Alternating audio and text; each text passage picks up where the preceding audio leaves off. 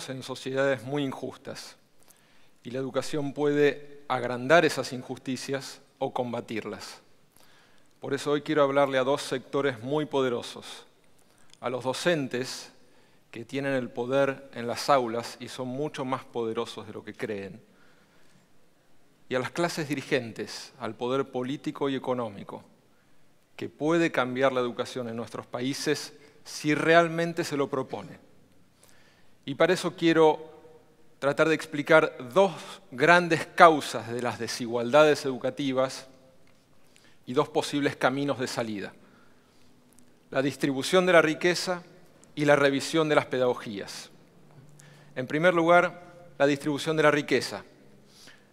América Latina es el continente más desigual de la Tierra. Miren este gráfico. Les pido que lo guarden en sus conciencias. Es el gráfico de la distribución de la riqueza de América Latina versus el resto del mundo. El 10% más rico de la población tiene el 50% de los ingresos y el 10% más pobre apenas el 1%. Y fíjense que el 10% más rico en América Latina es tanto más rico que el promedio que la equiparación de esa riqueza se explica en el otro 80% más pobre de la población, que está mucho más lejos del promedio en América Latina que en el resto del mundo. Esto no es natural. Esto no lleva al desarrollo.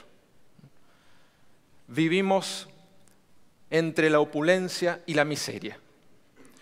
Todos los estudios recientes demuestran que las sociedades más igualitarias son las que tienen mejor salud de su población, mejor vejez y más larga, mayor confianza entre las personas, menores niveles de violencia, menores niveles de delincuencia y mayor movilidad social. Es decir, las desigualdades de los padres no determinan las desigualdades de sus hijos. En todos los indicadores sociales, en todos los países más igualitarios están mejor posicionados, a similares niveles de riqueza. Una de las causas de las inmensas desigualdades de América Latina está en los impuestos. En América Latina cobramos más impuestos a los más pobres que a los más ricos, si tal cual lo escuchan. El problema de los impuestos, el gran enemigo de los impuestos, es su abstracción. No sabemos a dónde van. Ojos que no ven, corazón que no siente. Tenemos que hacer visibles los impuestos, tenemos que dirigirlos directamente hacia las capacidades de los sectores más vulnerables. Tenemos que ponerle rostros a los impuestos, porque hay beneficiarios que pueden cambiar sus vidas si cambiamos los impuestos. Esos rostros nos están mirando. La segunda gran explicación de las desigualdades educativas no está afuera, está dentro de las escuelas, está en nuestras pedagogías, en la forma en que enseñamos. Sí, nuestras pedagogías reproducen y amplían desigualdades y por eso tenemos que revisarlas, tenemos que repensarlas.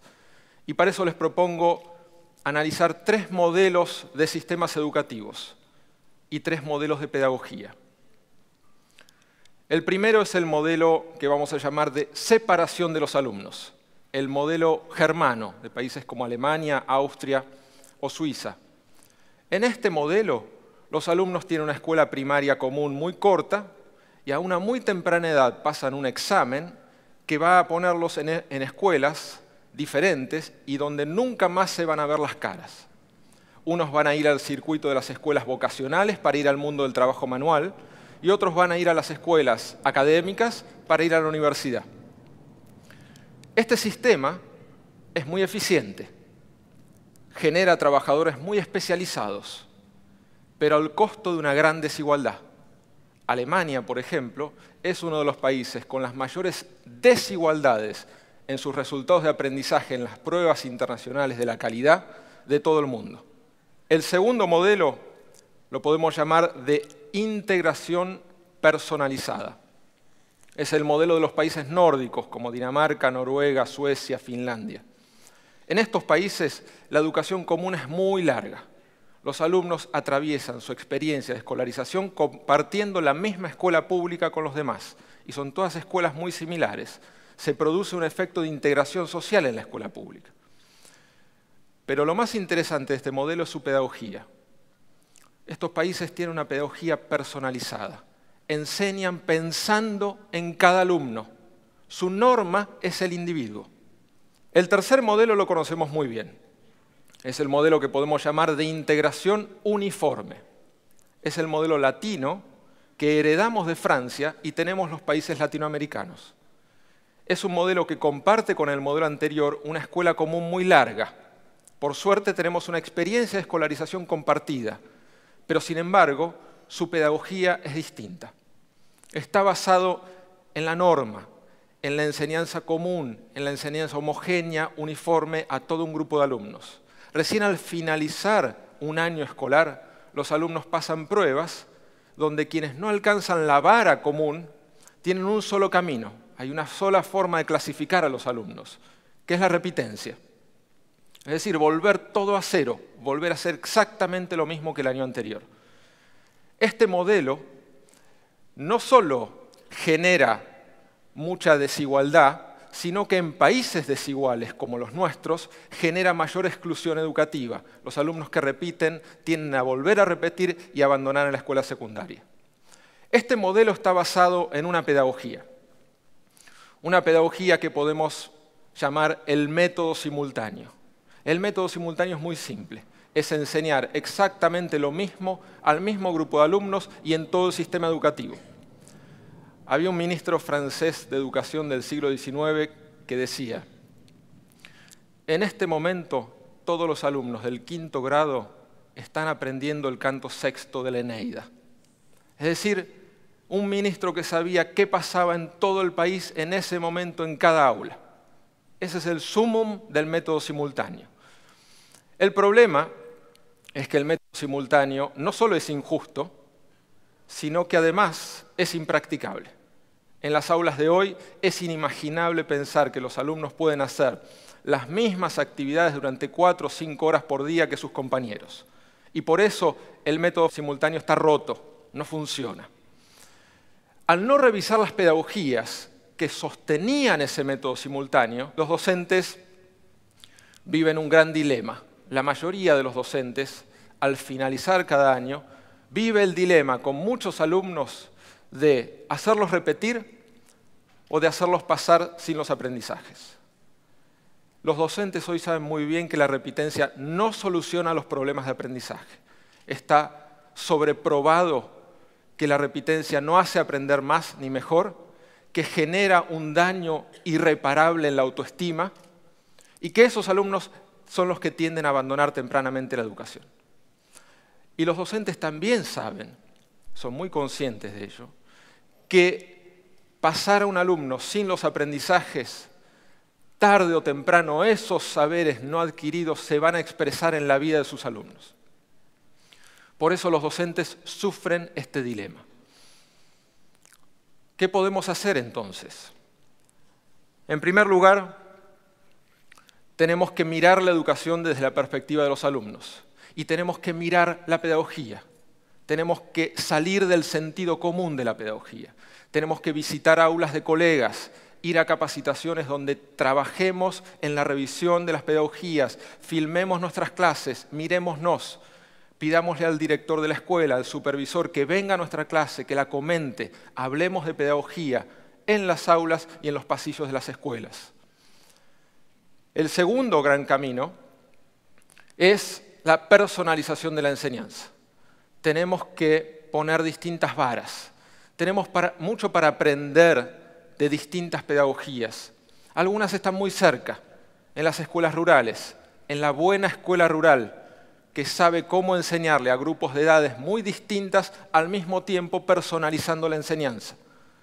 Cada docente, cuando prepara sus actividades para el día siguiente, que piense en cada alumno, que no piense en el grupo, que no piense en la norma general, que individualice su pedagogía. El tercer punto es priorizar el primer grado. el primer grado es el más importante de todo el sistema educativo. Ahí tienen que estar los mejores docentes. El primer grado tiene que ser una lección de inclusión educativa. En América Latina todavía tenemos países y en Argentina provincias donde más del 20% repite el primer grado. Si son excluidos pedagógicamente desde el primer grado.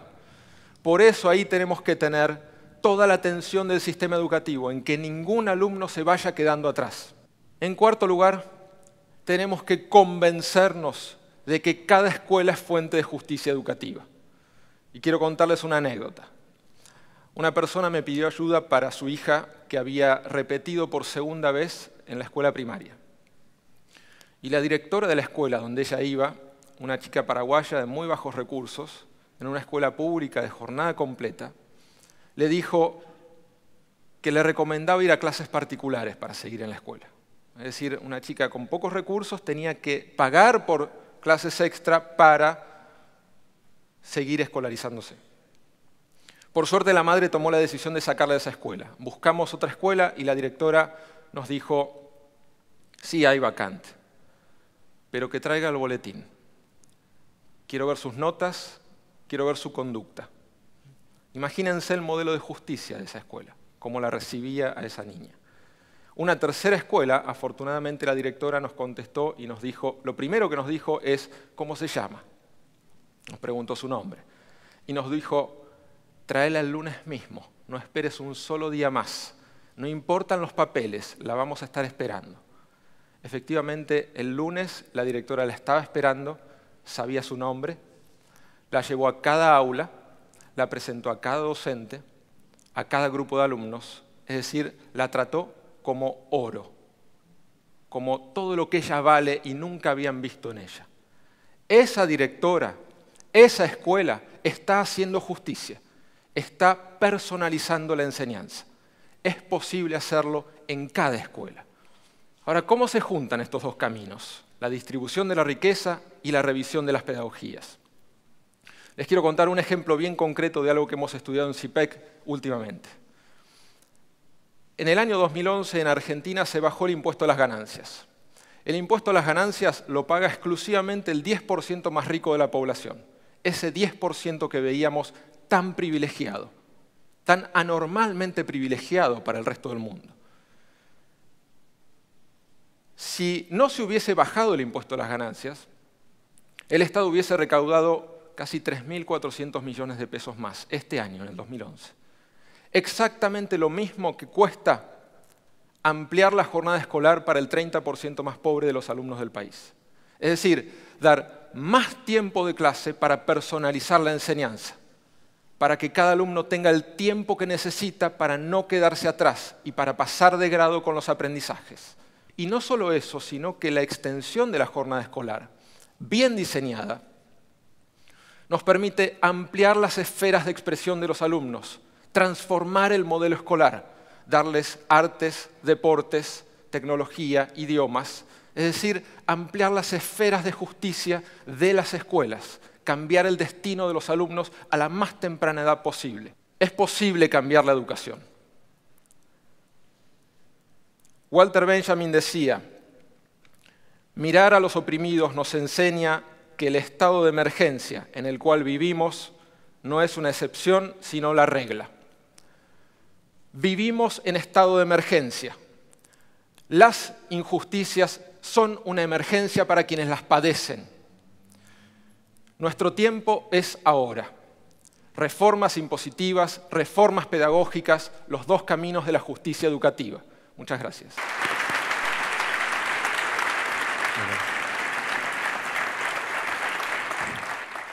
Bien.